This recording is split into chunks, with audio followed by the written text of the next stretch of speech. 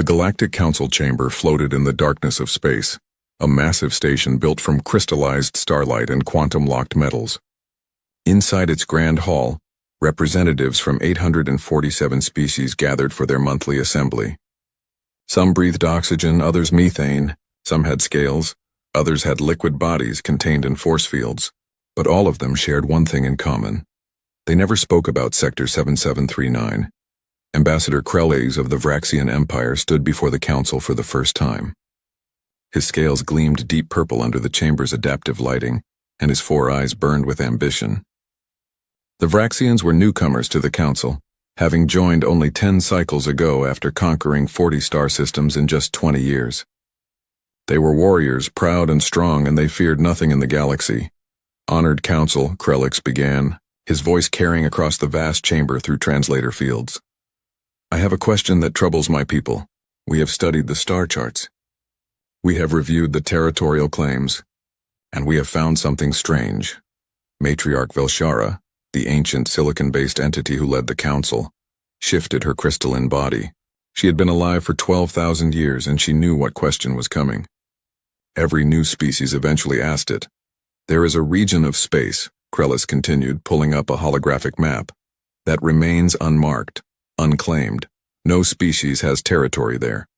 No trading routes pass through it. It is simply an empty. We call it Sector 7739. Why does the mighty Galactic Council ignore such a large area of space? Silence fell across the chamber. The elder species looked away. The younger ones leaned forward with interest. This was the question that should never be asked, yet always was. Velshara's voice resonated like crystal singing. That sector is not empty, Ambassador Krelix. It is occupied. By whom? Krelix demanded. I see no designation. No territorial markers. No delegation in this council. By humans, Velshara said simply. The word hung in the air like a curse. Some species made sounds of discomfort. Others activated their privacy shields. The Vraxian ambassador looked around, confused by the reaction. Humans? He repeated. I have never heard of this species. Are they powerful? Do they have vast fleets? Great weapons? They have both, an older ambassador whispered from the shadows. And worse. Krelix laughed, a harsh sound that his translator rendered as grinding stones. Then why are they not part of this council? Why do we avoid them? The Vraxian Empire has defeated armies twice our size. We have conquered worlds that others said could not be taken. We fear nothing. Velshara moved closer to the Vraxian ambassador. Even though she had no face as organic species understood it, her presence radiated something like sadness. Or perhaps it was pity. 800 years ago, she began, humanity reached the stars. They were young, aggressive, and their technology was crude but effective. We welcomed them as we welcome all new species. We invited them to join the council. We offered them the benefits of galactic civilization, and, Krelix prompted, and they refused to disarm, Velshara continued. You see, Ambassador, every species in this council has agreed to certain rules. We limit our weapons.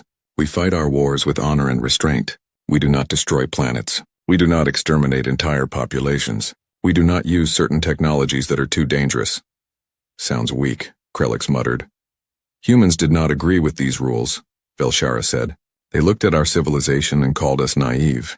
They said that any species that limited its own weapons would eventually be conquered by one that did not. So they refused to join us unless they could keep all their weapons, all their technology, all their methods of war.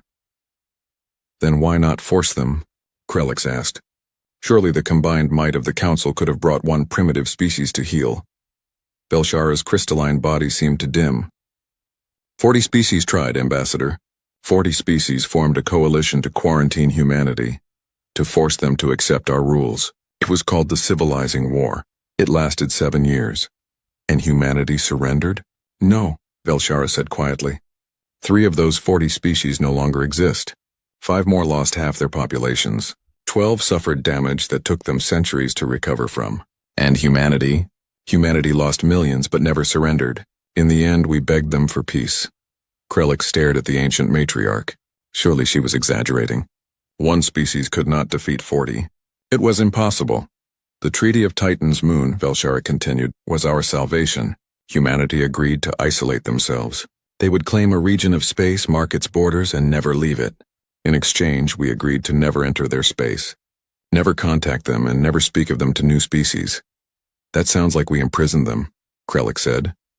That is what we told ourselves, Velshara admitted, but the truth is different. We gave them what they wanted, to be left alone. And they gave us what we needed, to never face them in war again. Captain Issa, Krellick's military advisor, stepped forward. She was smaller than the ambassador, but covered in battle scars. Matriarch, with respect, this was 800 years ago. Species change. Technology advances. Perhaps these humans are not the threat they once were. That is what worries me, Velshara said. 800 years of isolation. 800 years to develop their weapons without our restrictions. 800 years to prepare. No, Captain. I fear they are far more dangerous now than they were then. Krellick waved a dismissive claw. Stories. Old fears. The Vraxian Empire does not make decisions based on ancient myths. We deal in facts. The facts are simple, Velshara said. There are warning buoys along the entire border of human space. 12 different dead languages tell visitors to go no further. We place those buoys. The humans did not ask for them. We put them there to remind ourselves of what happened when we broke the peace. Then the humans are prisoners in their own space, Krellick said triumphantly. They cannot expand. They cannot grow. Eventually they will stagnate and die, or they already have. Perhaps, Velshara said, or perhaps they are thriving in ways we cannot imagine. We have no way to know. That was the agreement. Krellick turned to address the full council. I propose we send a diplomatic mission to human space. It has been 8 centuries. Surely enough time has passed. We can make contact, assess the situation, and either welcome them to the council or what? Velshara asked sharply. Or claim the territory if they are extinct, Krellick finished. It is a waste to leave such a large sector empty based on old fears. The council erupted in argument. Some species agreed with Krellick. They had never seen humans and found it hard to fear them. Others, the older races who remembered, shouted against the idea. It was madness, they said. The treaty must be honored. But the Vraxian Empire was powerful, and they had many allies among the younger species. After hours of debate, no consensus was reached. Krellick left the council chamber with his head held high. He had planted the seed of doubt. Now he just needed to let it grow. 3 weeks later, Krellick stood on the bridge of the warship Dominion's Fist. Behind him, arranged in perfect formation, were 199 more Vraxian warships. It was the largest fleet the Empire had assembled in decades. Each ship carried enough firepower to crack a small moon. Their shields could withstand direct hits from fusion weapons. Their crews were trained, experienced, and ready for anything. Ambassador, Captain Issa said from her command station. Are you certain about this? The Council specifically voted against this mission. The Council voted for nothing, Krellick corrected. They could not agree. That means we are free to act. Besides, we are not violating the treaty. We are not invading. We are simply visiting. The matriarch will be furious. The matriarch is old and afraid, Krellick said. It is time for younger, bolder species to lead. Humanity is hidden long enough. Today we will find the truth about these ghosts that haunt the Council's dreams. Captain Issa said nothing, but her claws tightened on her command chair. Something felt wrong about this. But orders were orders, and her duty was to the Empire. All ships report ready, Ambassador, the communications officer announced. Then let us make history, Krellick declared. Set course for Sector 7739, maximum speed. Today the Vraxian Empire will be the first to enter human space in 800 years. The fleet turned as one, their engines blazing with power. They accelerated toward the border, toward the ancient warning buoys that still broadcast their messages in dead languages. As they passed the first buoy, its message washed over them in 12 different tongues. But the translators could only make out fragments. Go no further. Death awaits, Hucky, they do not forgive. Krellick laughed at the warnings. Dramatic, he said. The ancients certainly knew how to inspire fear. But we are Vraxians. We do not frighten easily. The fleet crossed into Sector 7739 without incident. Their sensors swept the space ahead, looking for defenses, for weapons, for any sign of the terrifying humans they had been warned about. They found nothing. Sensor report, Captain Issa ordered. Empty space, Captain, the sensor officer replied. No ships. No stations.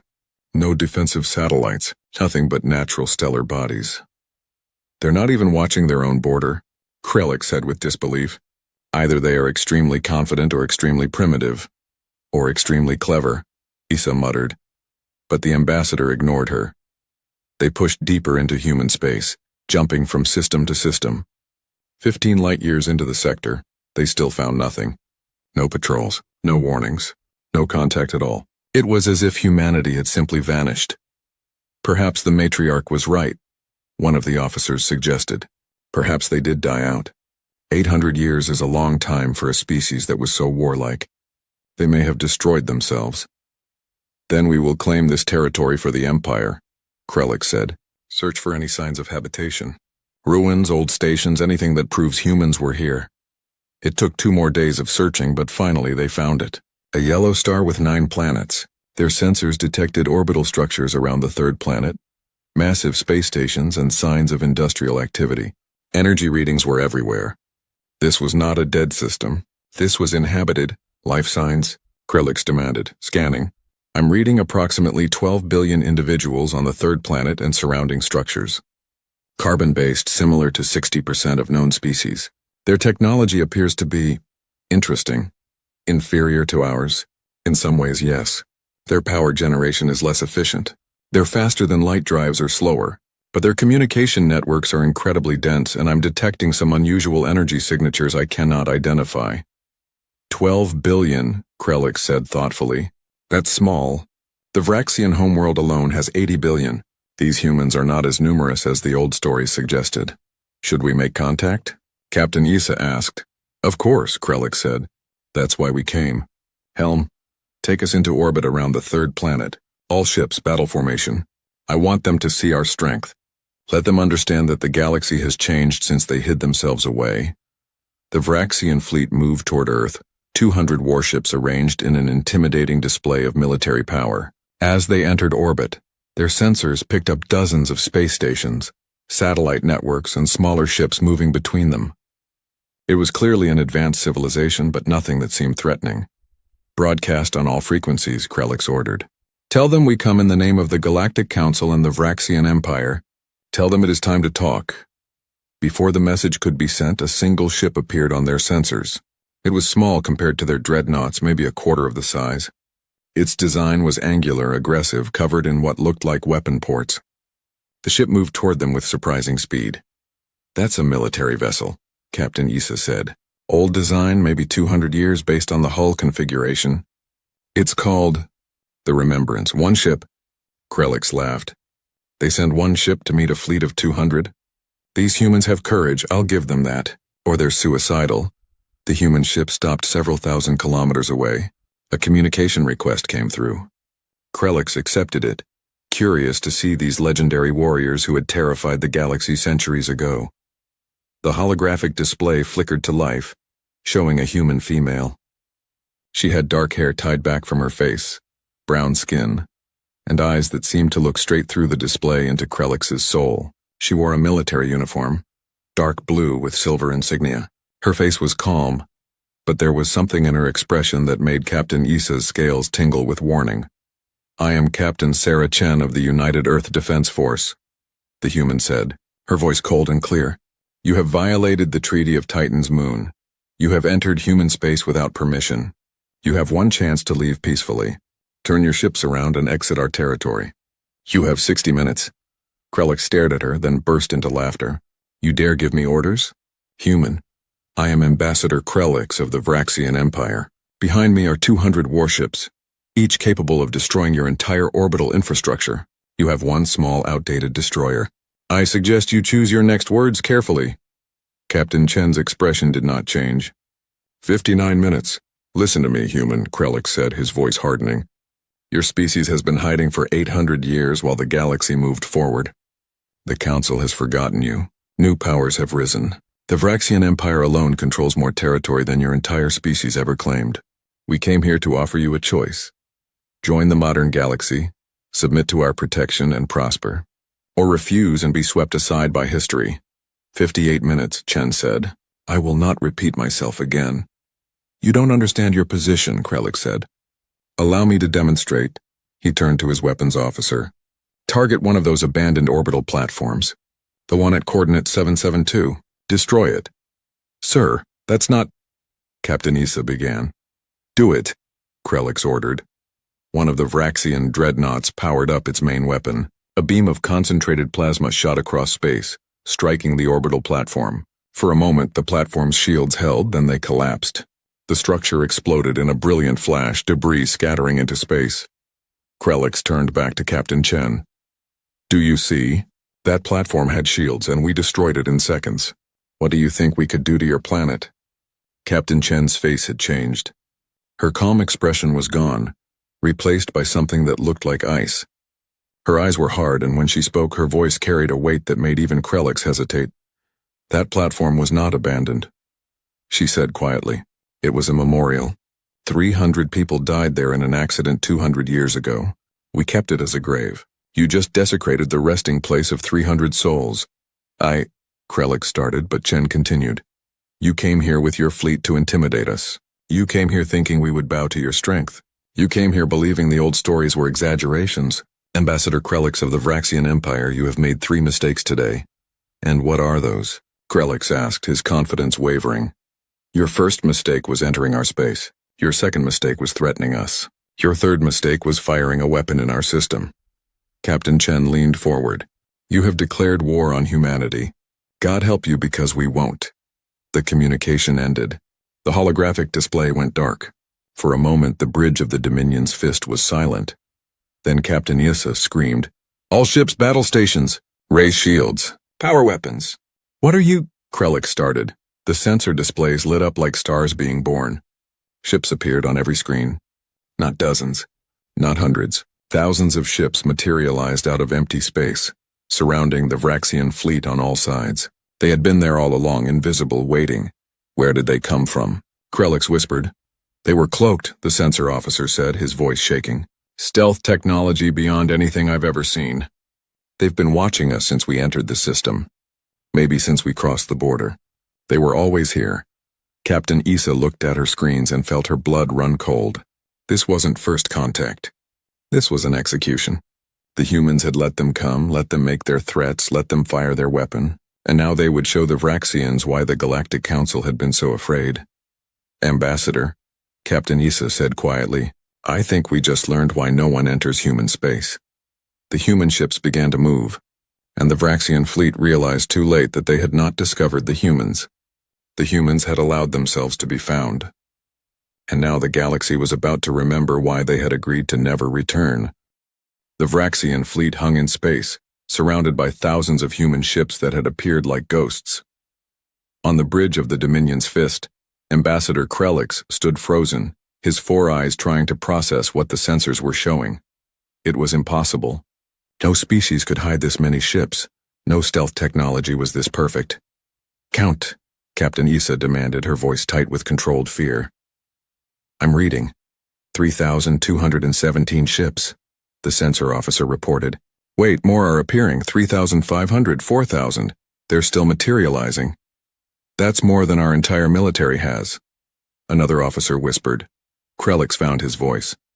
Impossible, scan them. What class are they? Are they real or just projections? They're real, sir. I'm reading power signatures, life signs, weapon charges.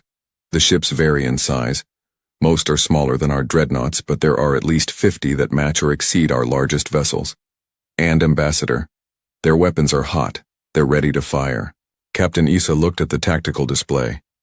The human ships had arranged themselves in a sphere around the Vraxian fleet. There was no gap, no weak point, no escape route. It was a perfect kill box. Whoever commanded the human forces knew exactly what they were doing. Open communications to all ships, Krelix ordered. We need to organize a defensive formation. We can fight our way out of this. Sir, incoming transmission from the human flagship, the communications officer said. Put it on screen, Captain Issa said before Krelix could speak. Captain Chen appeared again, but this time she was on what looked like a command bridge. Behind her, dozens of officers worked at stations, their movements efficient and practiced. This was not a crew that was scrambling to respond. This was a crew that had been ready for war long before the Vraxians arrived. Ambassador Krelix, Chen said, I gave you 60 minutes to leave. You have now had 5 minutes to contemplate your situation. I will explain what happens next because I want you to understand exactly what you have done. Captain Chen, please, there has been a misunderstanding. Krelix began. There has been no misunderstanding, Chen interrupted. You entered our space with a military fleet. You made threats. You destroyed a memorial. You fired a weapon in our sovereign territory. In human law, these are acts of war. We are now at war with the Vraxian Empire. We did not mean to start a war, Krelix protested. We came to make contact, to open dialogue. You brought 200 warships to a diplomatic mission? Chen's voice was ice. Ambassador, we have been monitoring your communications since you crossed our border. We heard your plans. You came here to intimidate us, to force us to submit or to claim our territory if we were gone. You came as conquerors, not diplomats. Captain Issa stepped forward. Captain Chen, I am Captain Issa of the Vraxian military. I accept responsibility for this incursion. If you must punish someone, punish me. Let my fleet withdraw. Chen looked at Issa for a long moment. Captain, I respect your courage. But this is not about punishment. This is about survival. 800 years ago, the Galactic Council learned a hard lesson. Species that enter human space do not leave.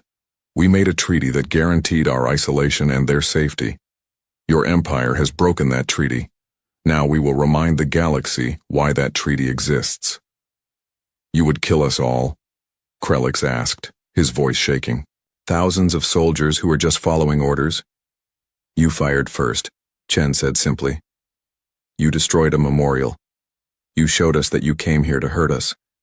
We will not give you a second chance to do worse. The transmission ended. Immediately the human ships began to move. They didn't swarm or charge.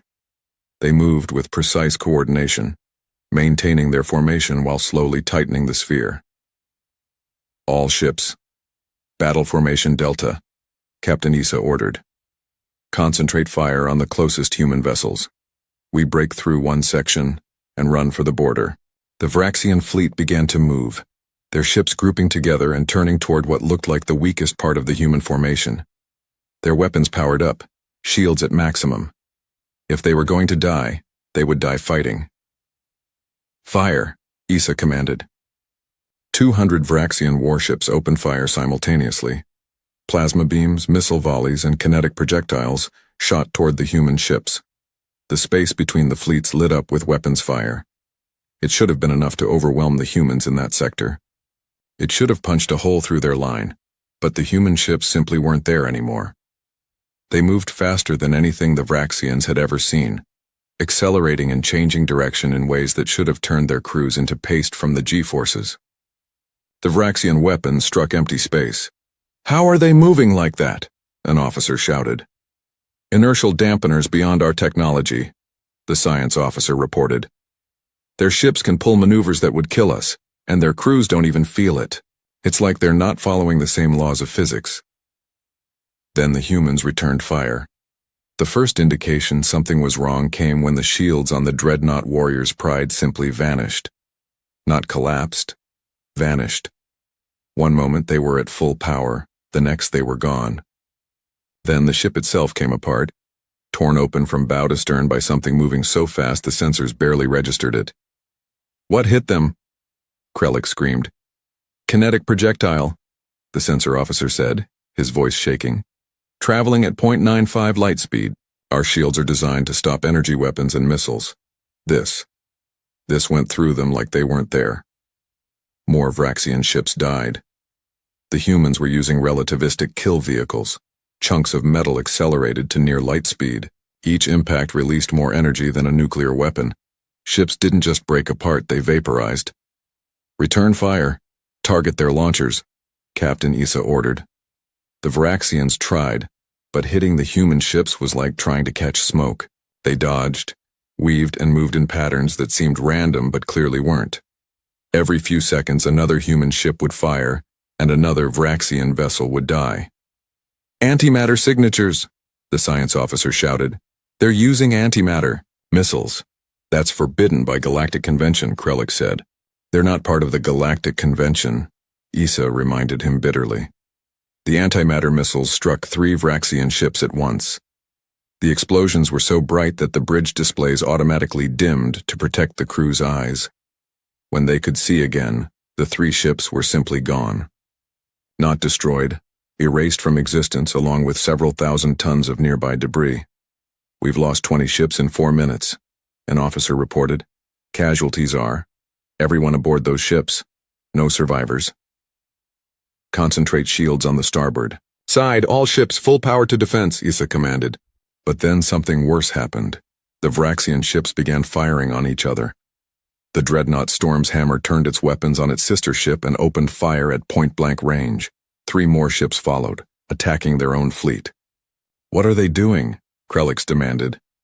Their systems are compromised, the communications officer said, frantically working his console. I'm detecting intrusion programs in our network. The humans are hacking us. They're taking control of our ships. How is that possible? Our systems are isolated, encrypted, protected by AI firewalls. Their AI is better than ours, sir. Much better. It's rewriting our code faster than our defenses can adapt. I'm trying to shut down our network connections, but the lights on the Dominion's fist flickered. Displays went dark, then came back online. For a moment, Krellick thought their own ship had been compromised. But the human attack had only been a probe, a demonstration of what they could do if they wanted. 47 ships lost, the tactical officer reported. We're down to 153 operational vessels. Damage reports coming in from all sectors. Admiral, we can't win this. Captain Issa looked at the display. The truth was clear. They were being toyed with. The humans could have destroyed the entire fleet in the first minute. Instead, they were taking their time, killing ships one by one, showing the Vraxians exactly how outmatched they were. All ships, full retreat, Issa ordered. Scatter pattern Omega. Jump to FTL as soon as possible. We can't just run, Krellick protested. We don't have a choice, Issa snapped. They're killing us. Every second we stay here, more of our people die. The Vraxian fleet tried to scatter, each ship choosing a different direction to flee. But the human sphere was ready for that too. Every time a Vraxian ship tried to accelerate to FTL speed, human ships were already in position to intercept. The kill box was perfect. They're predicting our movements, the navigation officer said. No matter where we try to go, they're already there. Then we fight, Issa said quietly. If we can't run, we fight until they kill us or let us go. All ships, form defensive sphere, back to back. Make them pay for every ship they take. The remaining Vraxian vessels pulled together, forming a tight ball with their strongest shields facing outward. It was a desperate move, but it was all they had left. They fired everything they had at the surrounding humans, hoping to overwhelm them with sheer volume. The battle raged for hours. The Vraxians fought with courage, with desperation, with everything they had, and slowly, steadily they died. The humans dismantled them ship by ship, using tactics that were clearly designed not just to destroy but to terrify. They would disable a ship's weapons but leave life support, letting the crew watch their fleet die around them. They would hack into communications and broadcast the screams of dying Vraxians across all frequencies. They were sending a message, and that message was clear. This is what happens when you enter human space. By the 8th hour of battle, only 60 Vraxian ships remained. Krellick sat on the floor of the bridge, his scales pale with shock. Captain Issa was wounded, green blood seeping through her uniform, but she refused medical attention. She needed to see this through, to bear witness to what her crew endured. Incoming transmission, the communications officer said weakly. It's Captain Chen.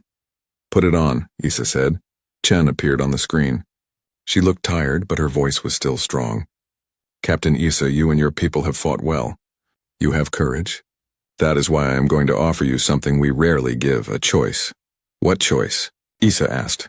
One ship will be allowed to survive, Chen said. One ship will be allowed to leave human space. That ship will carry a message back to the Galactic Council, back to the Vraxian Empire, back to everyone who thinks the old warnings were just stories. The rest of your fleet will die here. Choose which ship lives. Krellick stood up, his legs shaking. Let me go. I am the ambassador. It is my responsibility. No, Chen said. Not you, Ambassador. You started this war with your arrogance. You will witness what arrogance costs, but you will not be the one to spread the warning. Captain Issa, you tried to stop this. You understood the danger. You will be our messenger. I won't leave my crew, Issa said. You will, Chen replied. Because if you don't, everyone dies. All 60 ships. Give the order, Captain. Tell your crew to evacuate to one vessel. You have 10 minutes. Issa looked at the faces of her bridge crew. They had followed her into this disaster. They deserved better than to die in a war they didn't start. All ships, she said into the fleet-wide channel. Evacuate to the destroyer Swift Revenge. Transfer all critical personnel and wounded. You have 9 minutes. There was chaos as ships began moving close to each other. Shuttles and teleporters working overtime to move personnel. Some ships were too damaged to evacuate. Some crews stayed behind voluntarily, giving up their spots for the wounded. In the end, nearly 4,000 Vraxians crammed into a destroyer designed for 300. Krelix tried to board the Swift Revenge, but Captain Issa stopped him. You wanted to make history, Ambassador. You wanted to be bold. Now you will watch what boldness costs. You stay with me.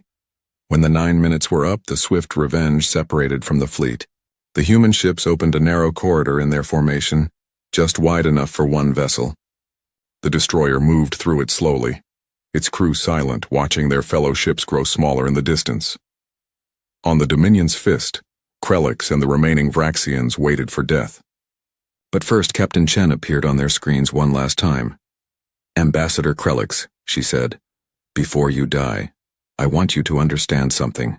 800 years ago, the Galactic Council demanded we disarm. They said our weapons were too brutal, our methods too cruel. They said we needed to be civilized. We refused and they attacked us.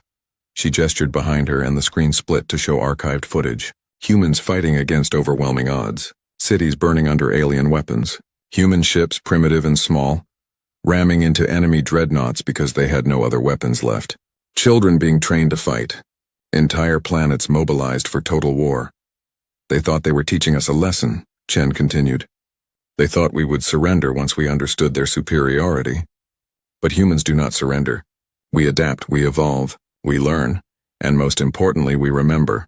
The footage changed, showing human technology advancing, ships growing larger, more deadly, weapons being developed that made the Galactic Council's arsenals look like toys. Humans didn't just fight, they transformed war into a science. We spent 800 years alone, Chen said. While you explored the galaxy, we explored the boundaries of military technology. While you made peace among yourselves, we made ourselves into the perfect weapon. We didn't do this because we wanted to conquer. We did it because we wanted to ensure that no one would ever conquer us. Please, Krelix whispered. We understand. We were wrong. Let us go. You destroyed a memorial, Chen said, her voice hard. 300 people rested there. You turned their grave into a demonstration of power. For that alone, you deserve what comes next. But this is not about vengeance. This is about sending a message. She leaned forward and her next words were spoken slowly, clearly, so there could be no misunderstanding. No species enters human space. That is the rule. That has always been the rule.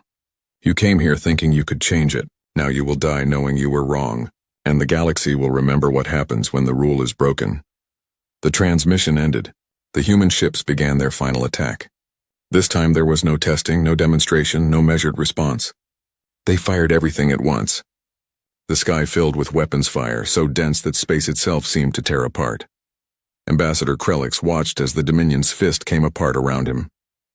The last thing he saw before the hull breached was the face of Captain Issa on a screen, watching from the Swift Revenge as it jumped to FTL speed.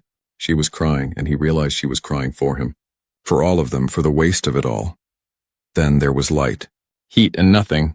On the Swift Revenge, Captain Issa stood on the bridge as they emerged from FTL, far from human space. Behind them, the human fleet remained at the border, silent guardians of a territory that had just reminded the galaxy why it was forbidden. In her hand, she held a data core. Captain Chen had given it to her before they left. On that core was everything.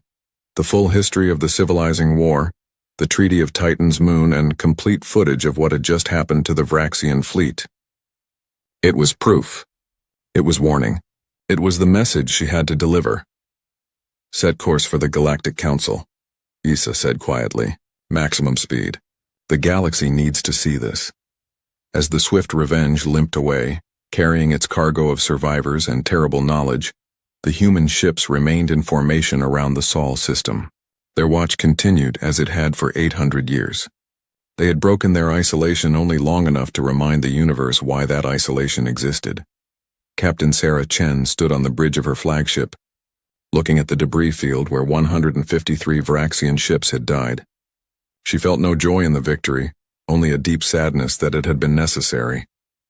"Captain," her first officer said quietly, "do you think they'll listen this time?" "Some will," Chen said. "Some won't. There's always someone who thinks they're different, who thinks they're smarter or stronger than the species that came before. We'll be here when they come. How long will we have to do this?" Chen looked out at the stars, at the vast galaxy beyond their borders. Somewhere out there, civilizations rose and fell, wars were fought, peace was made. But here in human space there was only vigilance. "Forever," she said softly. "We'll do this forever if we have to, because the alternative is surrendering our freedom, and humans will never do that. We chose isolation over subjugation. We chose strength over acceptance, and we'll defend that choice against anyone who challenges it." She turned away from the window. "Stand down from battle stations. Resume normal patrol patterns, and someone clean up that debris field. Give those Vraxians the dignity of a proper grave. They were fools, but they were brave fools. That deserves respect." As the human fleet dispersed, returning to their hidden positions throughout the Sol system, one fact remained clear. The treaty held not because humanity was weak, but because humanity was terrifyingly strong. The border existed not to contain them, but to protect everyone else. And the galaxy was about to remember that lesson once again. The Galactic Council chamber was silent as the holographic display showed the final moments of the Vraxian fleet. 847 species watched as ship after ship was torn apart by human weapons. They watched as the swift Revenge escaped through a corridor of human vessels. They watched as Ambassador Krelix and over 40,000 Vraxians died in a battle that lasted less than 12 hours.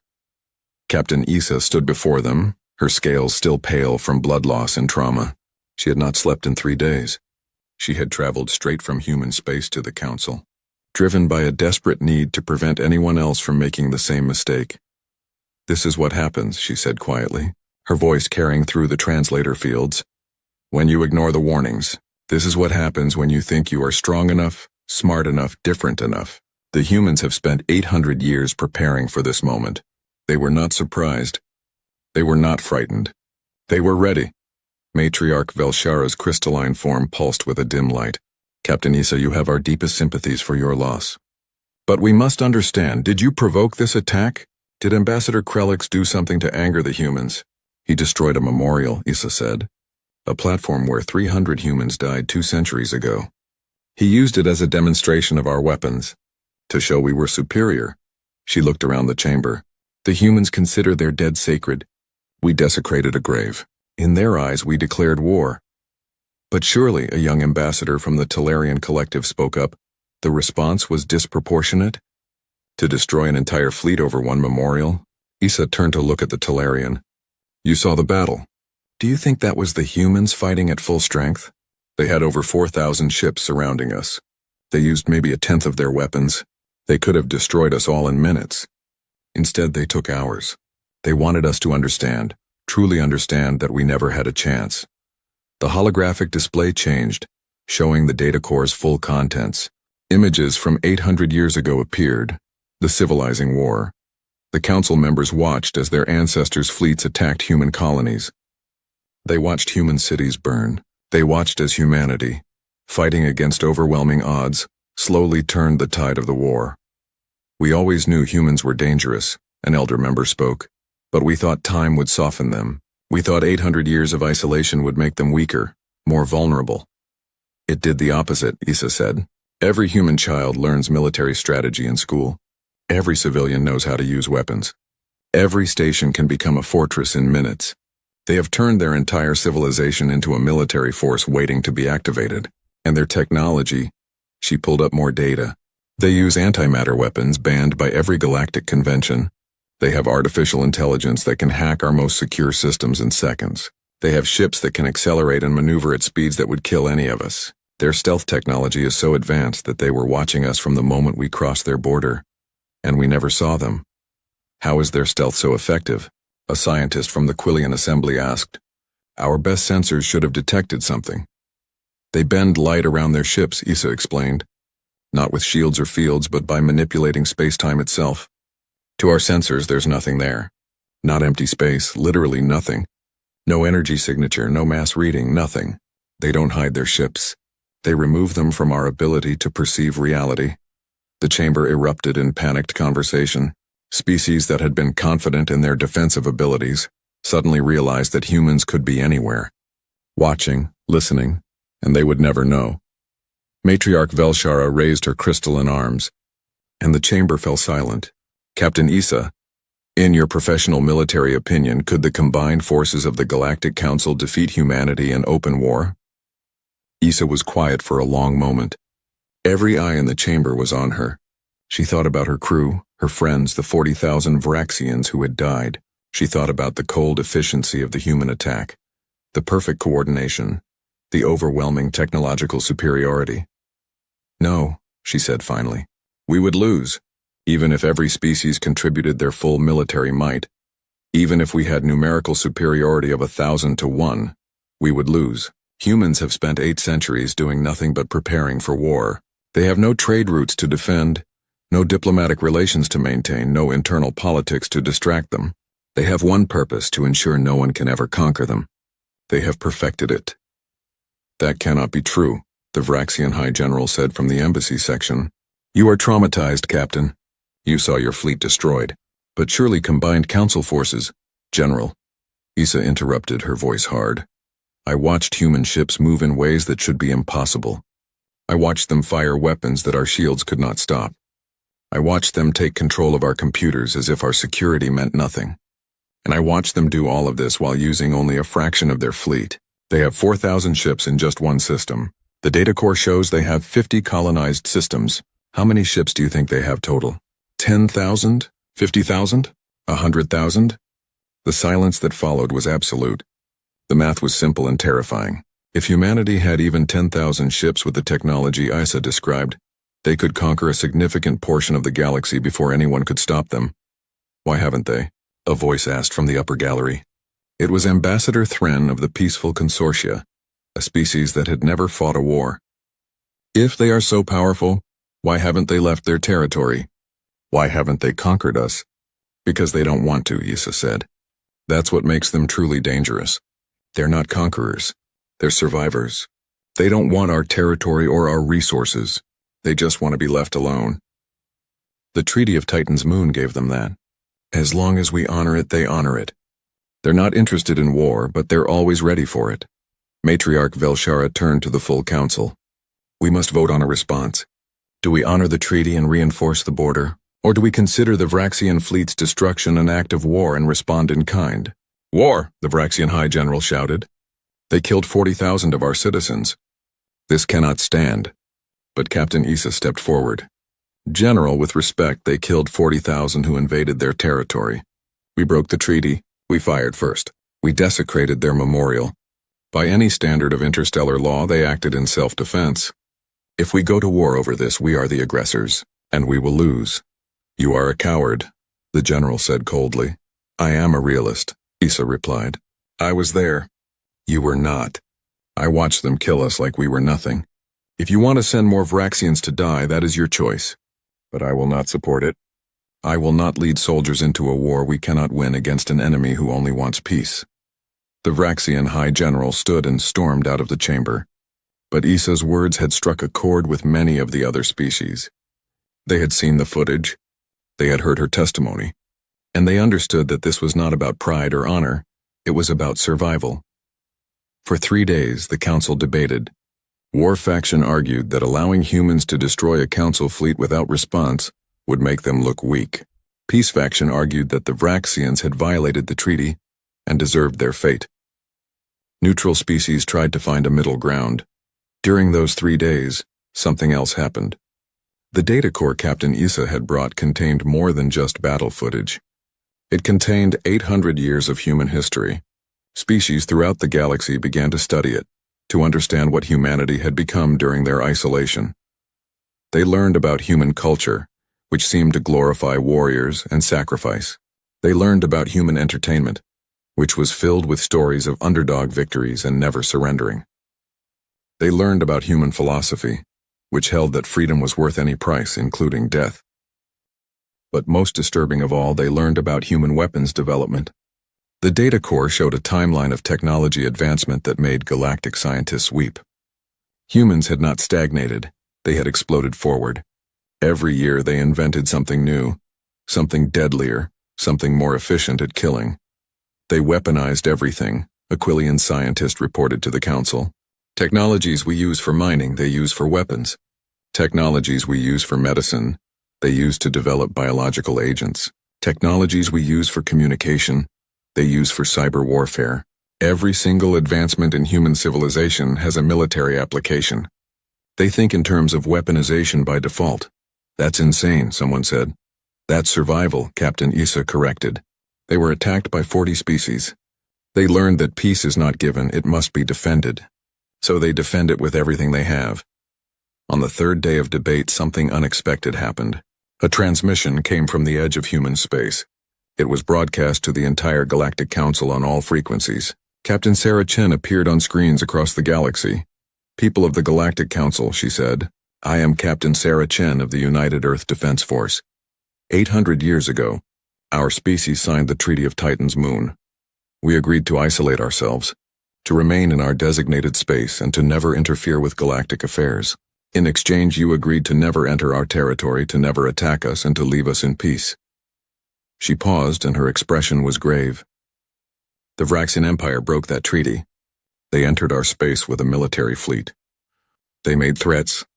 They fired weapons. They destroyed a memorial to our dead. By the laws of war that we know, by the terms of the treaty itself, we were justified in defending ourselves. We did so. The result is what you have all seen. The transmission showed images of the battle, but from human perspectives. It showed Vraxian ships firing first. It showed the destroyed memorial. It showed everything that led to the human response. We do not seek conflict, Chen continued. We never did. 800 years ago, we asked only to be allowed our own way of life, our own methods, our own choices. The Council refused.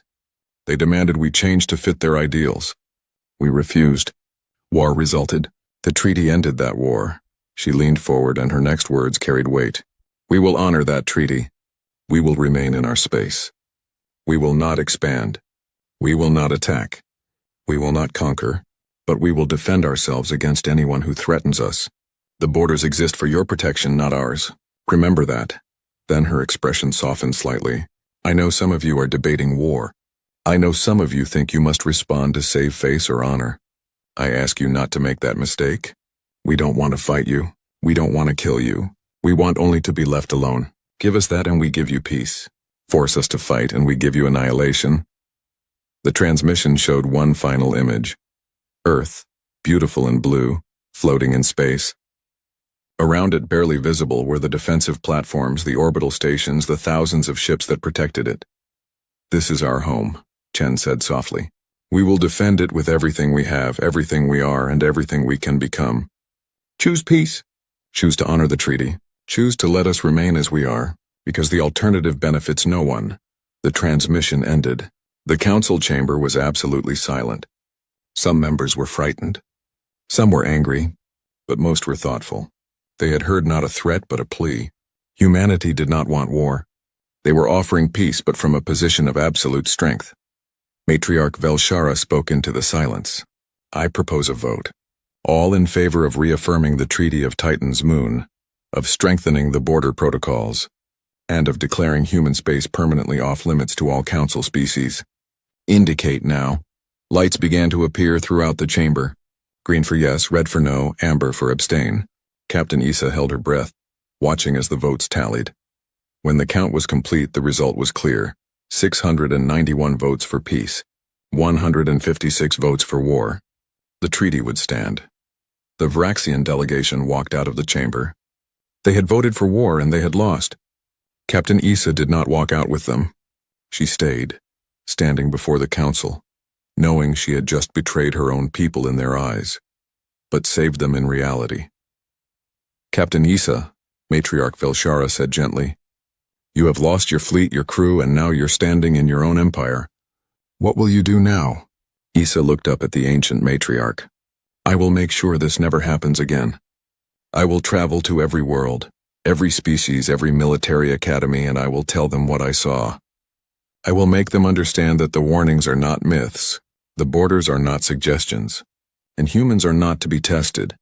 That is a heavy burden to carry alone," Velshara said. "I won't be alone," Issa replied. "There are 4,000 survivors from my fleet. Many of them will help me. We'll make sure the galaxy remembers what happens when you enter human space."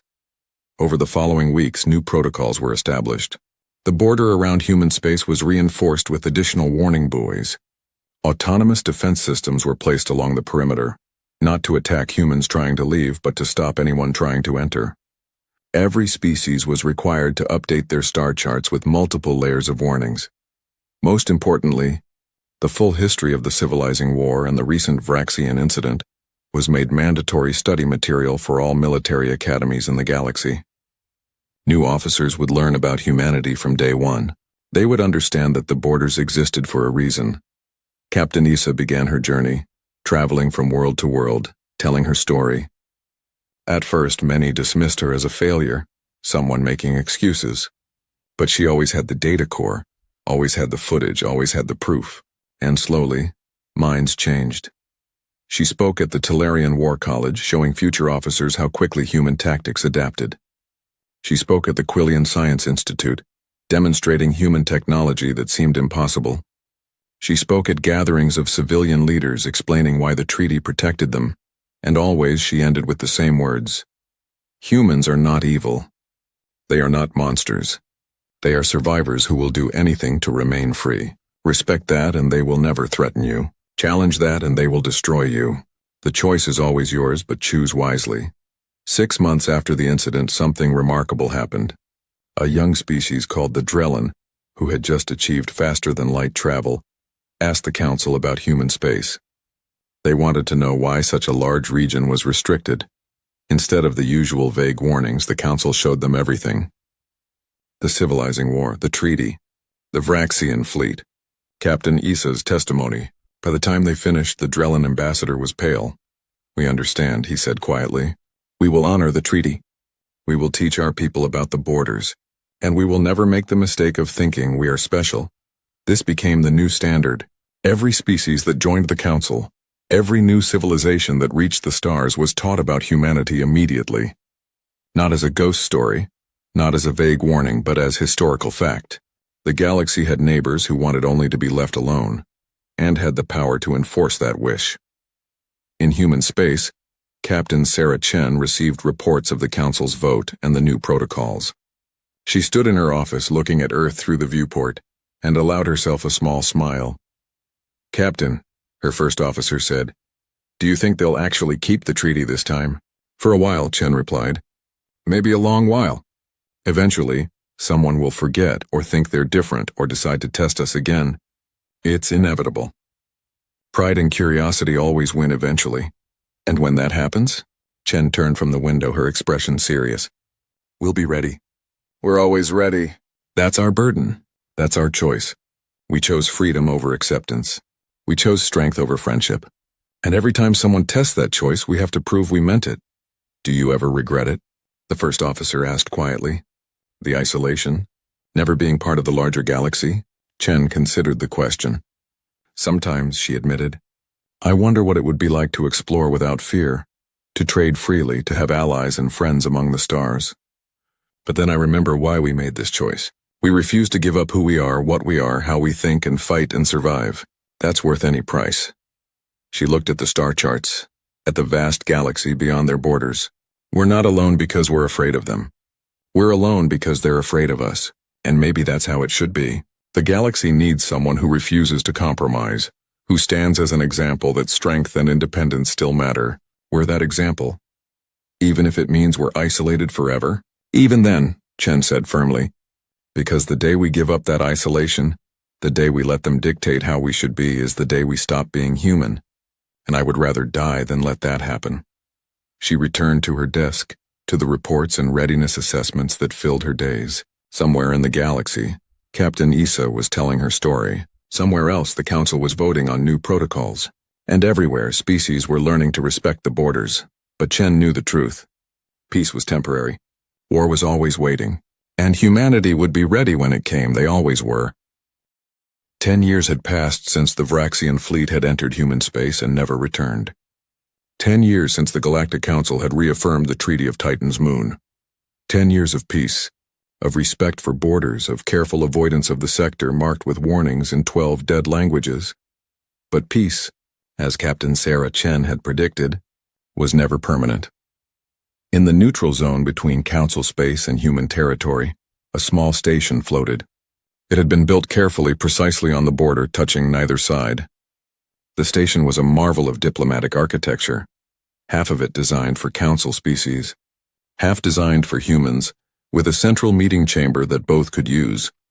This was Ambassador Station, and today it would host the first official communication between humanity and the Galactic Council in 800 years.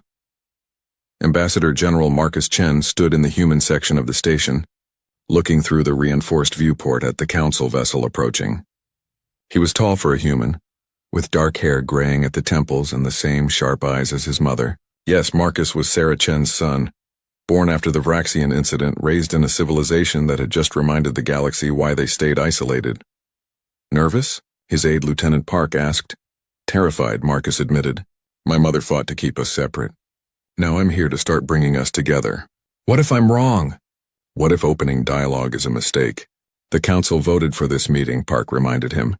They want to talk. That's progress. Or it's a trap, Marcus said darkly. We won't know until it happens. On the Council ship, Matriarch Velshara prepared for her own journey to the station. She had watched civilizations rise and fall for 12,000 years, but she had never been as uncertain as she was now. Humanity was a paradox, a species so dangerous that they had to be isolated, yet so principled that they honored the isolation perfectly. Matriarch, her aide said, the human delegation has arrived at the station. They're waiting in their section. Have they brought weapons? Velshara asked. Our sensors detect standard personal defense equipment. Nothing more. They're following the protocols exactly. Of course they are, Velshara said. Humans may be warriors, but they're not cheaters. If they agree to terms, they honor them. That's what makes them both terrifying and trustworthy. The meeting chamber was a neutral space, filled with adaptive atmosphere that could support both silicon and carbon-based life. When Marcus entered from the human side and Velshara from the Council side, they stopped, studying each other across the empty room. Matriarch Velshara, Marcus said formally, on behalf of humanity, I thank you for agreeing to this meeting. Ambassador Chen, Velshara replied, her crystalline voice harmonizing through the translation field. On behalf of the Galactic Council, I thank you for your willingness to communicate.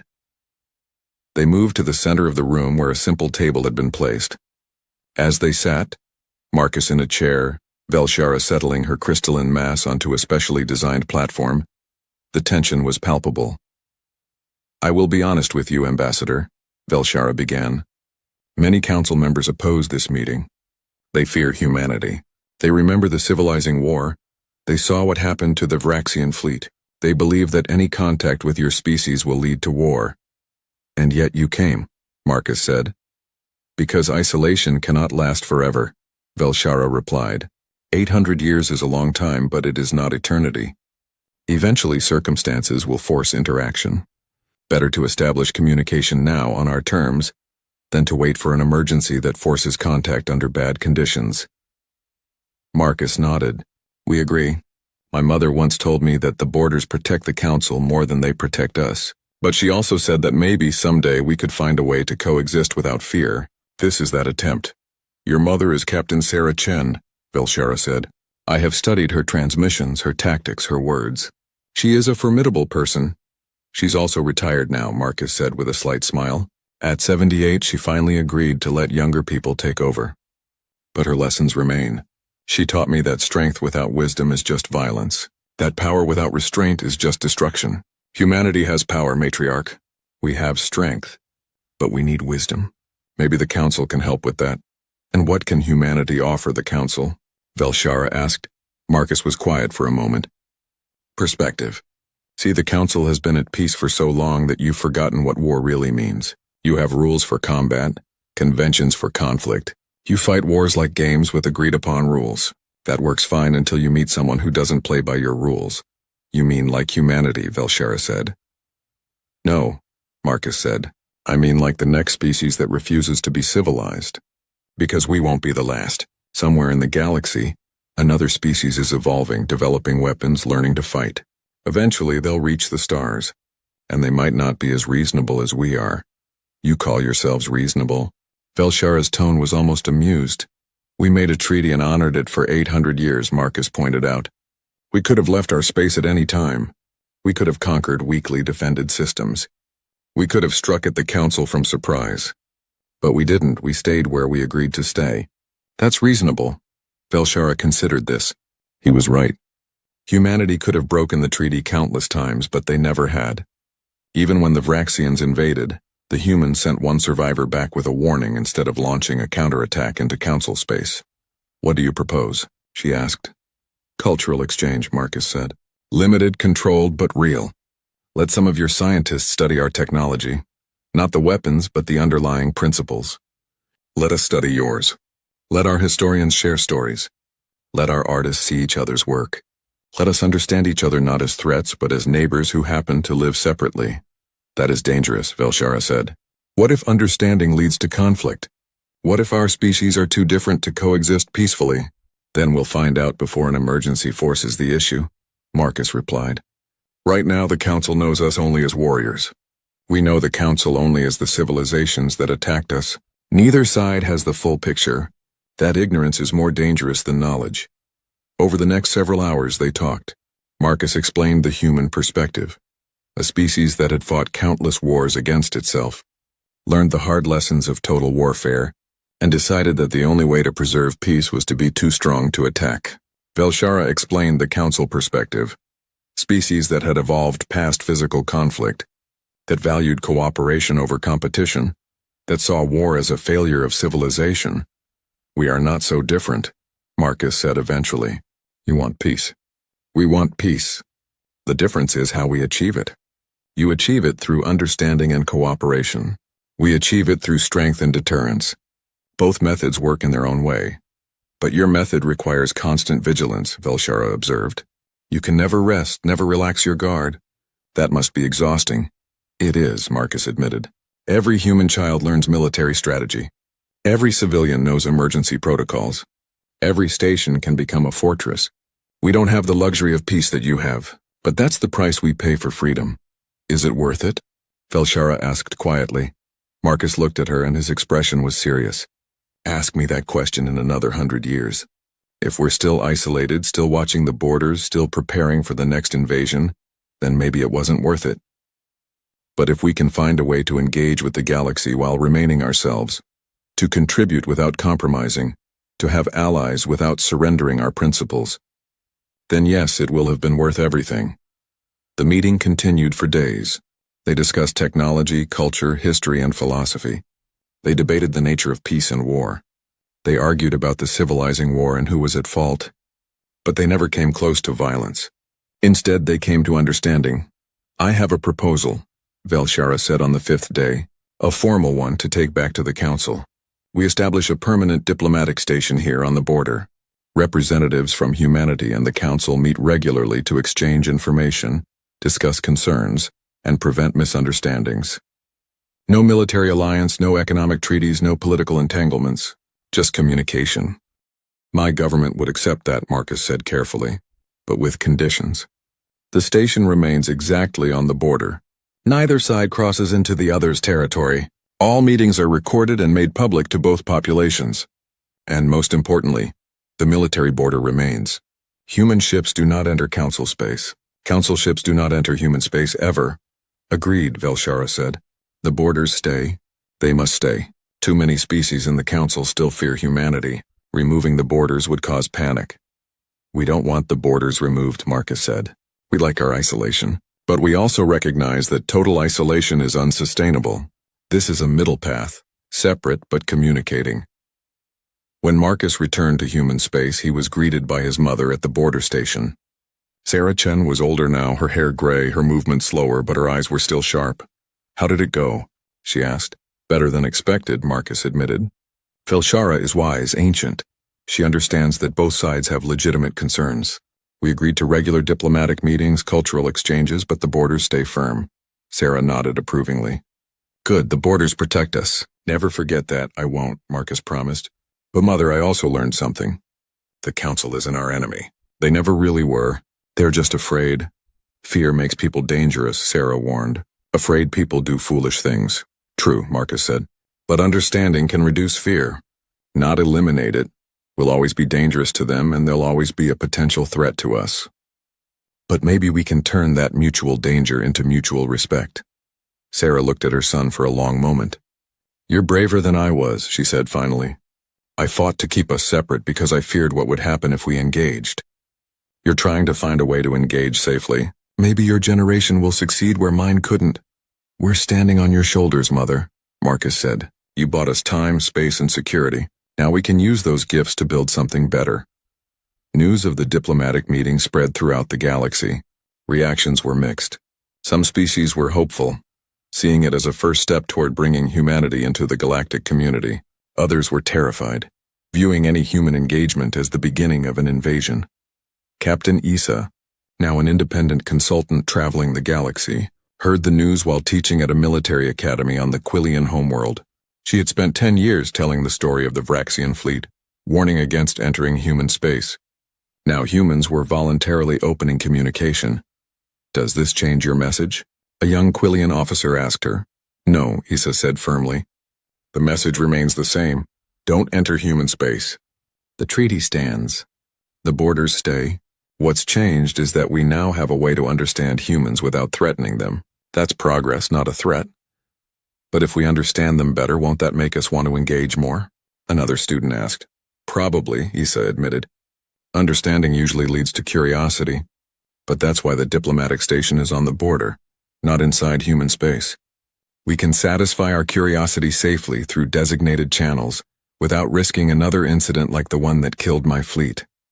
She pulled up the old footage, now 10 years old but still powerful. "Never forget what happened when we ignored the warnings. Never forget that humans are willing to defend themselves absolutely. And never forget that the only reason we have peace is because both sides honor the treaty." On the other side of the galaxy, in a quiet system far from both human and council space, something else was happening. A new species had just achieved faster-than-light travel. They called themselves the Korath, and they were aggressive, militaristic, and unaware of galactic politics. The Korath had no interest in joining the council. They saw space as territory to be conquered, resources to be claimed, and weaker species to be dominated. They had fought brutal wars on their homeworld before unifying under a military dictatorship. Now they were ready to bring that same philosophy to the stars. Their first scouting missions found empty systems, undefended planets, and what looked like easy conquests. The galaxy, they decided, was weak and ripe for taking. They began to build a war fleet, planning their expansion, marking the most valuable systems to attack first. One of those systems was on the edge of human space. The Korath had never heard of humans. They had never heard of the Treaty of Titan's Moon. They had never heard about the Civilizing War or the Vraxian incident. They saw only a well-developed system with no visible defenses, and decided it would be their first major conquest. In human space, automated early warning systems detected the Korath ships 3 months before they would reach the border. The signals were analyzed, the ships studied, the technology assessed. Humanity watched as a new player entered the galactic stage, one that seemed to be heading straight for them. "They're not council ships," an analyst reported to the Defense Command. "New species. Unknown technology. Aggressive posture based on their movements. And they're heading for Sector 7. That's right on our border," the commander said. "Do they know about us?" "Unlikely. They're new to space travel. They probably have no idea about galactic politics or the treaty. Then they're about to get a very harsh education," the commander said grimly. "Activate border defenses, move fleet assets into position, and someone notify Ambassador Chen. If these newcomers cross the border, We need to know if we're still operating under the same rules as with the Vraxians. Marcus received the message while still at the diplomatic station. He immediately contacted Matriarch Velshara. "We have a situation," he said without preamble. "A new species called the Korath is approaching our border. They appear to be hostile and unaware of our existence. What does the Council know about them?" Velshara accessed her databases. "The Korath? Yes, we detected their first FTL flights 3 months ago. We sent a standard greeting inviting them to join the Council. They responded with threats and demands for submission. We marked them as a hostile species and placed them under observation. They're heading for our space," Marcus said. "If they cross the border, what happens?" "The treaty still stands," Velshara said firmly. "If they enter human space, they do so without Council protection. We will not intervene on their behalf." "But Marcus, perhaps this is an opportunity?" "What do you mean?" "The Korath don't know about humans. They don't know about the borders or the treaty. If you intercept them before they cross, if you warn them away, you could prevent another massacre. And you could show the galaxy that humanity can exercise restraint even when provoked." Marcus considered this. "You want us to be merciful to a species that might attack us?" "I want you to show that humanity has evolved beyond just defense," Velshara said. "That you can be strong and wise, powerful and restrained. The Vraxians invaded and died. If the Korath make the same mistake and die, the galaxy will see a pattern. But if the Korath are warned and turn away, the galaxy will see that humanity can be something more than warriors. And if they don't turn away after we warn them?" Velshara's crystalline form pulsed. "Then the galaxy will see that you tried, that the blood is on their hands, not yours. Either way, you gain respect." Marcus made a decision. "We'll try. I'll recommend that our fleet intercept them in neutral space before they reach the border. We'll give them one chance to turn back. After that, you do what you must," Velshara said. "But trying for peace first, that's the action of a civilization, not just a military force." The human fleet moved into position in neutral space, far from their border but directly in the path of the approaching Korath ships. 3 human vessels against 20 Korath warships. The humans were outnumbered, but they were ready. When the Korath fleet detected the human ships, they were confused. They had encountered no other species in this region. They sent a communication demanding identification. The response came from Commander Rodriguez of the UEF Vigilant. "This is Commander Maria Rodriguez of the United Earth Defense Force. You are approaching human territory. We are here to inform you that the space ahead is restricted. You must change course immediately." The Korath commander laughed. "We recognize no restrictions. Space belongs to those strong enough to take it. If you are here to challenge us, then fight. If you are here to surrender, then submit." "We are here to warn you," Rodriguez said patiently. 1 kilometer ahead is a boundary. Beyond that boundary is human space. By interstellar treaty, any unauthorized entry is an act of war. We will defend our territory absolutely. Turn back now and no one needs to die today. 3 ships against 20. The Korath commander sneered. "You're either insane or suicidal. We will destroy you and take whatever lies beyond." Rodriguez's voice hardened. "You've been warned. What happens next is your choice." The Korath ships accelerated toward the human vessels, weapons charging. They expected an easy victory. They had superior numbers and their weapons had never failed against any opponent. What they got instead was a demonstration of why the Galactic Council feared humanity.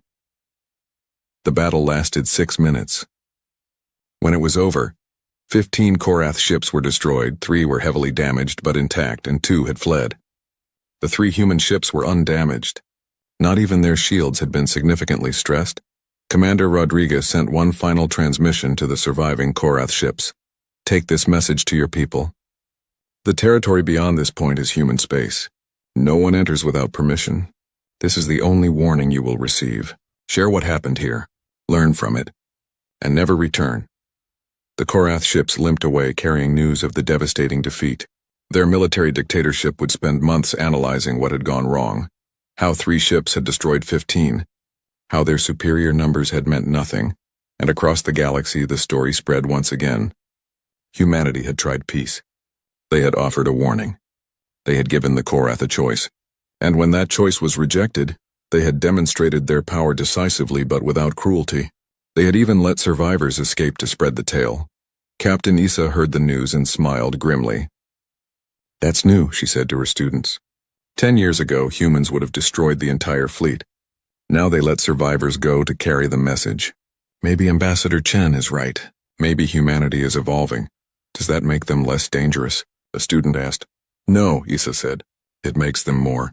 A warrior who knows when not to kill is far more terrifying than one who always kills, because it means they're choosing restraint, not unable to follow through, and a choice can always be reversed. In the neutral zone, Marcus met with Velshara again. You heard? He asked. The entire galaxy heard, Velshara replied.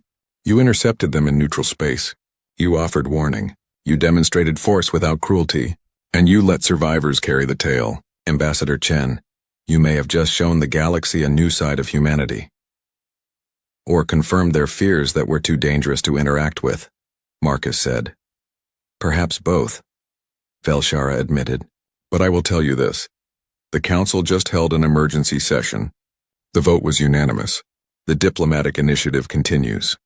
Your restraint proved that engagement with humanity is possible.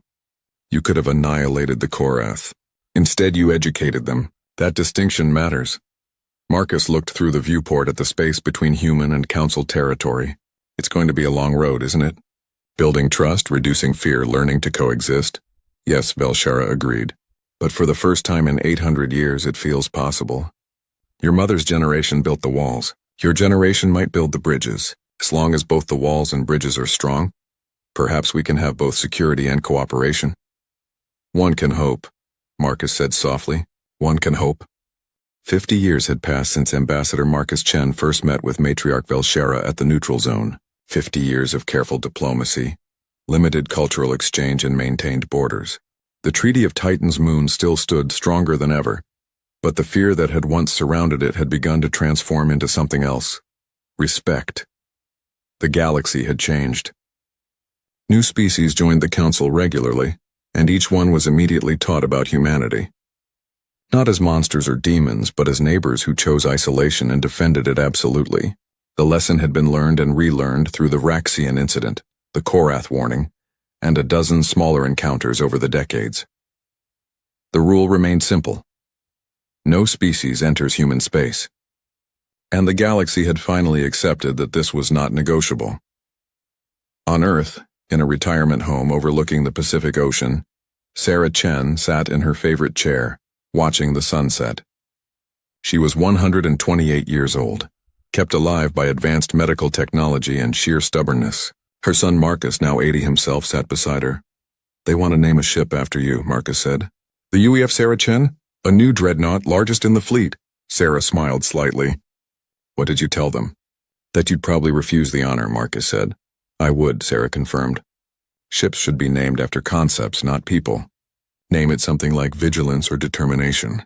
Something that reminds future generations why we're here. The treaty has held for 850 years, Marcus said. That's longer than most civilizations have existed. Do you think it will last forever? Sarah was quiet for a moment, looking out at the ocean. No, she said finally. Nothing lasts forever. Eventually, circumstances will change. Maybe we'll change. Maybe the Council will change. Maybe someone will find a way to force contact that neither side can refuse. But for now, for these centuries, we've proven something important. What's that? That peace doesn't require friendship, Sarah said. That different philosophies can coexist if both sides respect boundaries. The Council wanted us to be like them, civilized by their standards. We refused. They attacked. We defended. And in the end, we found a balance where both sides can thrive without destroying each other. Some species still think we're monsters hiding in the dark, Marcus said. Let them think that, Sarah replied. Fear keeps people honest. Respect keeps them peaceful. We have both. That's better than being liked but not respected. Marcus smiled. You know, Matriarch Velshara said something similar when we last met. She said that humanity's greatest gift to the galaxy wasn't our technology or our tactics. It was our example that sovereignty matters, that a species has the right to be itself even if others don't understand or approve. Velshara is still alive? Sarah asked with surprise. Silicon-based beings live a long time, Marcus said. She's been guiding the Council for 12,000 years now. She remembers when humans first reached the stars. She remembers the civilizing war. She remembers everything. Then she remembers why the treaty exists, Sarah said firmly. Good.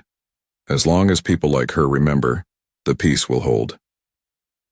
In the Galactic Council chamber, a new crisis was unfolding. A species called the Gen Collective had been expanding aggressively, conquering smaller civilizations and forcing them into their empire. The Council had tried diplomacy, economic sanctions, and limited military intervention. Nothing worked. The Gen were too powerful, too determined, and too willing to use weapons that others considered excessive. "They're approaching Sector 7739, an intelligence officer reported. 300 Gen warships are moving toward the human border. We don't know if they intend to enter or if they're just testing the boundaries." The Council erupted in panicked discussion. The Gen were a serious military threat, possibly the strongest empire the galaxy had seen in millennia. If they entered human space, what would happen? Would humanity destroy them as they had the Vraxians? And if the Gen survived, would they bring the secret of defeating humanity back to the Council's enemies? Velshara, now ancient even by her species' standards, called for calm.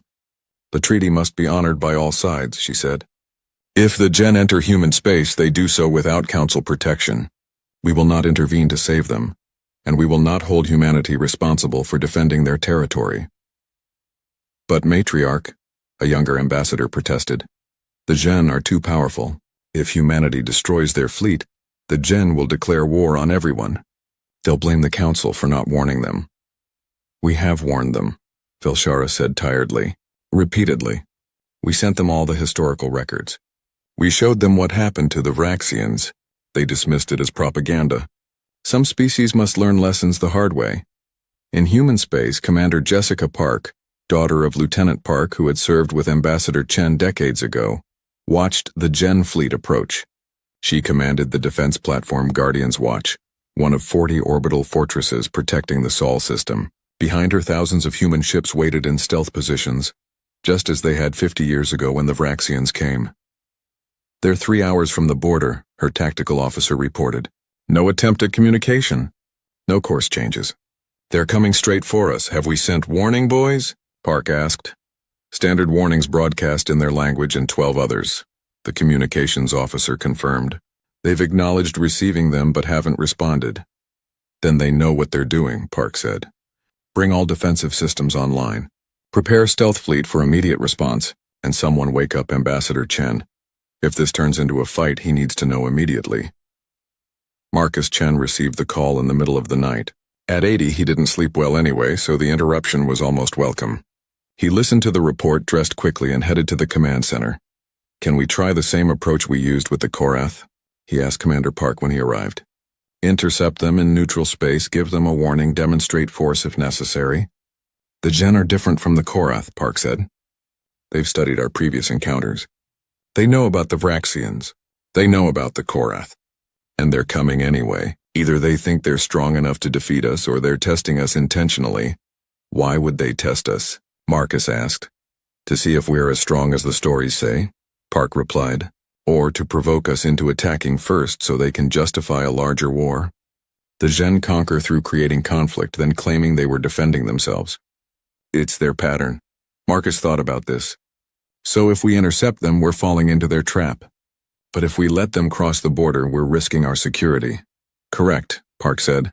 "Difficult choice. Contact Velshara," Marcus decided. "Immediately. If the Gen are trying to create an incident, the Council needs to know our response is purely defensive." The connection to the neutral zone station was established quickly. Velshara appeared on the screen, her crystalline form dimmer than Marcus remembered. She was old, truly ancient now, and it showed. "Ambassador Chen," she said, "I assume you're calling about the Gen fleet." "They're approaching our border," Marcus confirmed. "Matriarch, we believe they're trying to provoke an incident. If we intercept them in neutral space, they'll claim we attacked without provocation.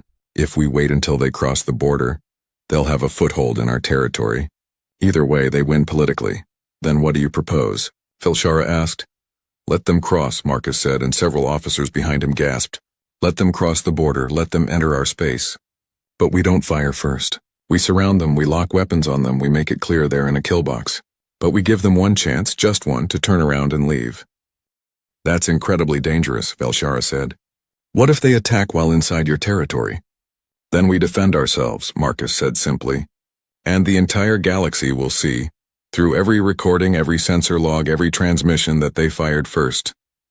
That we offered mercy and they rejected it. The Gen won't be able to claim victim status. The Council will support this approach, Velshara said after a moment. We will broadcast our own sensor data showing the Gen entering human space without permission and being offered a chance to retreat. If they attack, the responsibility is entirely theirs. 2 hours later, the Gen fleet crossed the border into human space. Immediately, as it happened 50 years before with the Vraxians, thousands of human ships materialized out of stealth. The Gen fleet found itself surrounded, outnumbered 5 to 1, with weapons locked onto every single ship. The Gen commander, Admiral Kraith, received the transmission from Commander Park.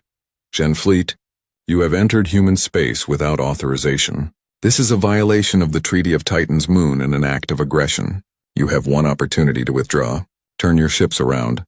Exit our territory and no action will be taken against you. You have 30 minutes to comply. Kraith studied the tactical display. His intelligence reports had said humans were advanced, but this was beyond what he had expected. His 300 ships were completely surrounded by thousands of human vessels, all of which showed weapon signatures far beyond his own technology. But the Gen Collective did not back down. Ever. Their entire culture was built on the principle of domination. To retreat would be to show weakness, and weakness led to conquest by others. Human vessels, Kraith broadcast. We do not recognize your claim to this territory. We do not acknowledge your treaty. Space belongs to those strong enough to hold it.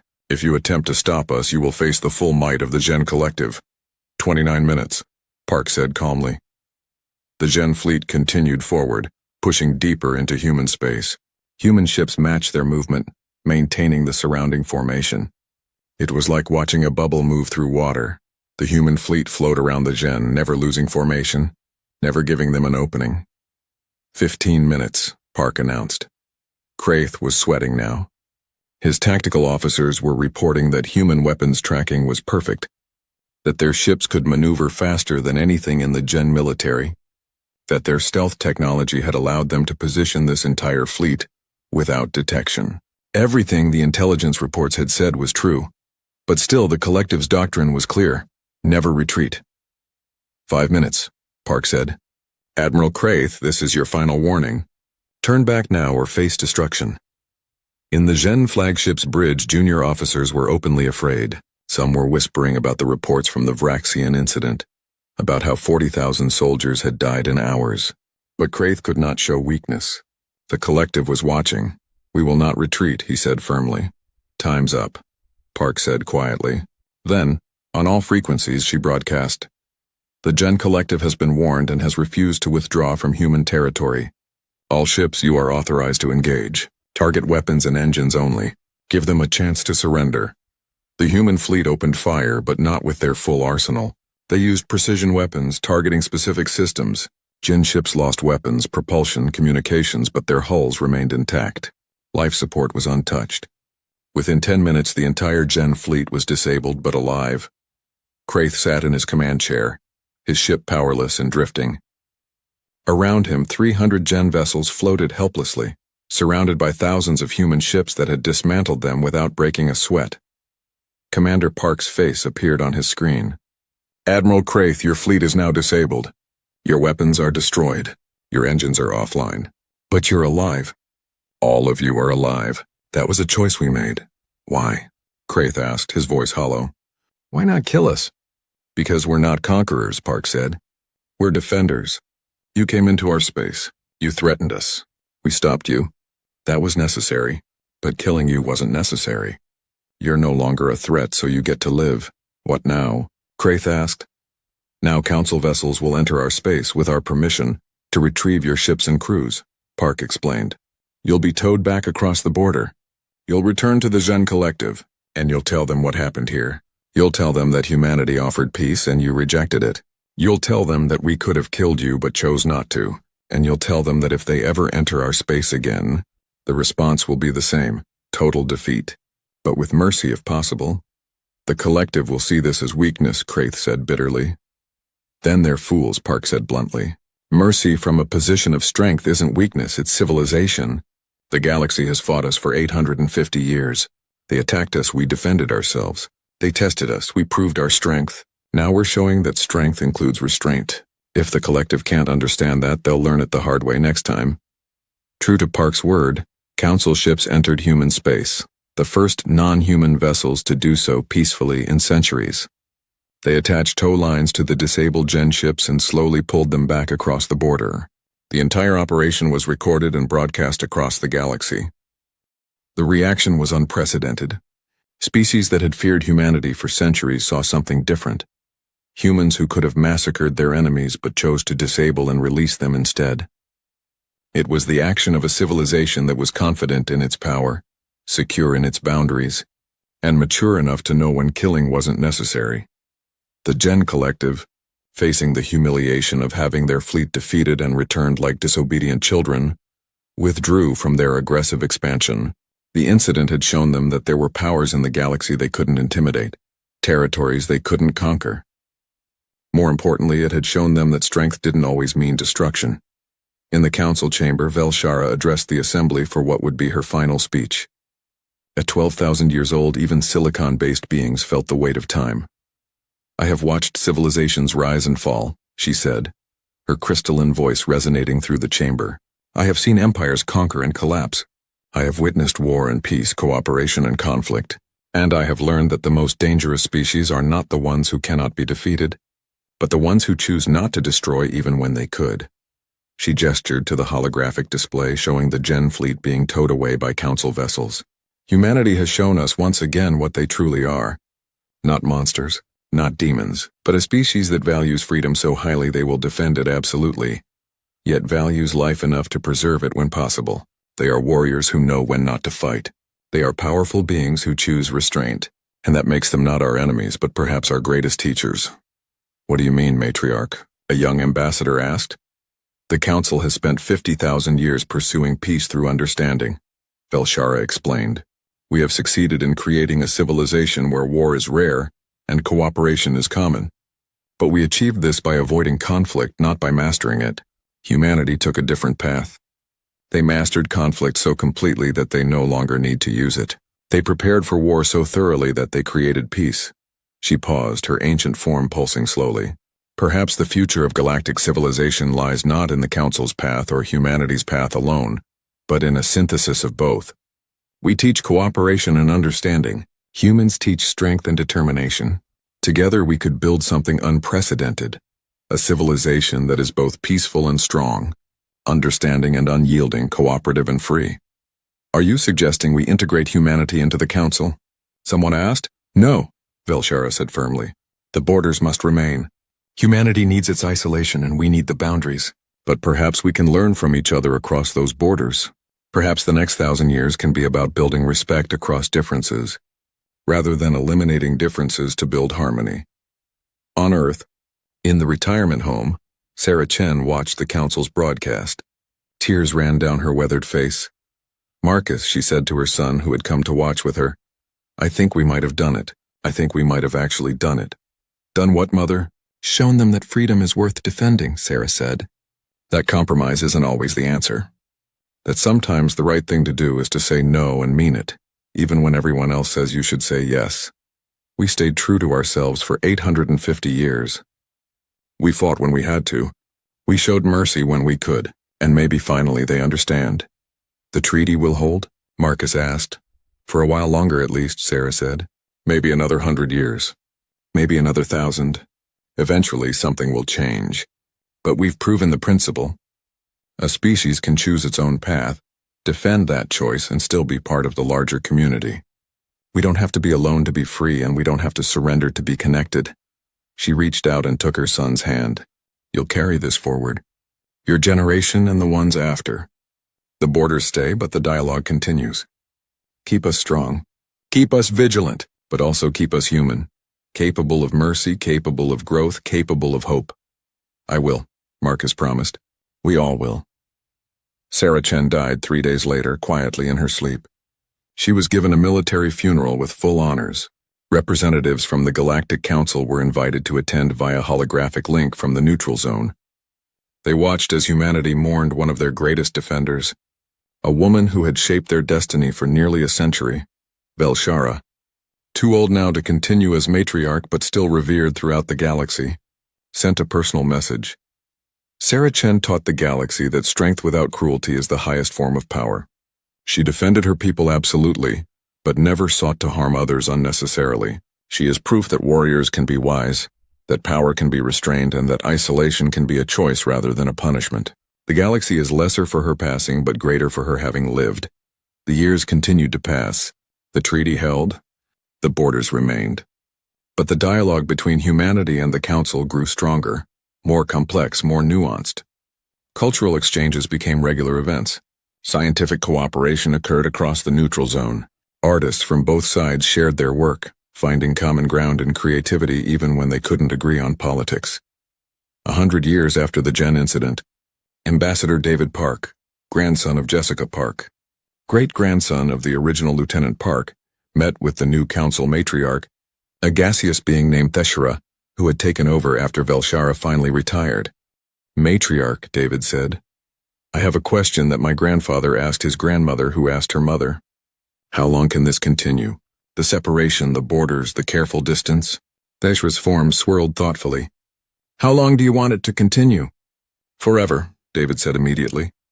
"We've seen what happens when species try to make us conform. We've fought those battles. We won our freedom at great cost. We won't surrender it for convenience or politics." "Then it will continue forever," Theshara said simply. "The Council has learned that some species are meant to walk their own path. Humanity is one such species. Your isolation is not a failure of integration. It is a success of self-determination. And the galaxy accepts this?" "The galaxy has no choice," Theshara said with what might have been humor. "You've made it very clear that entry to human space is fatal to anyone who attempts it. But you've also shown that you can be reasonable neighbors, willing to communicate, willing to help in shared crises, willing to contribute to galactic civilization without compromising your sovereignty. That is enough." David looked out at the stars visible through the station viewport. "You know what I think? I think we're going to be doing this for thousands of years. Talking across borders, cooperating at a distance, being part of the galaxy while remaining separate from it. It's not what anyone wanted originally, but maybe it's what everyone needs." "Perhaps," Theshara agreed. "The galaxy is vast enough for many different approaches to civilization. The Council's way works for most species. Humanity's way works for humans. And the existence of both makes the galaxy richer than if everyone followed the same path. My great-grandmother Sarah used to say that peace doesn't require friendship," David said. "Just mutual respect and honored boundaries." "Sarah Chen was wise," Theshara said. "The Council archives contain all her speeches and transmissions.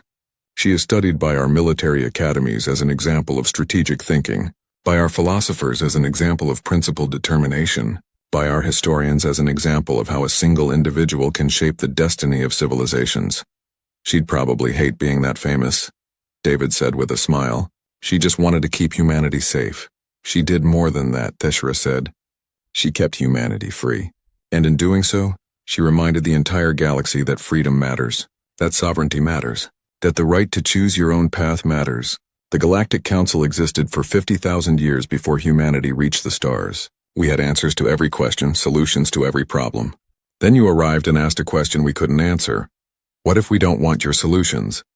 That question changed everything. In human space, children still learned military tactics in school. Civilians still practiced emergency protocols. Every station could still become a fortress in minutes. The vigilance never ended, the preparations never ceased. But now, alongside the military training, children also learned about the Council, about the thousands of species in the galaxy, about the different ways civilizations could organize themselves. And they learned about the Treaty of Titan's Moon, about Sarah Chen and Marcus Chen and all the others who had defended humanity's right to be itself.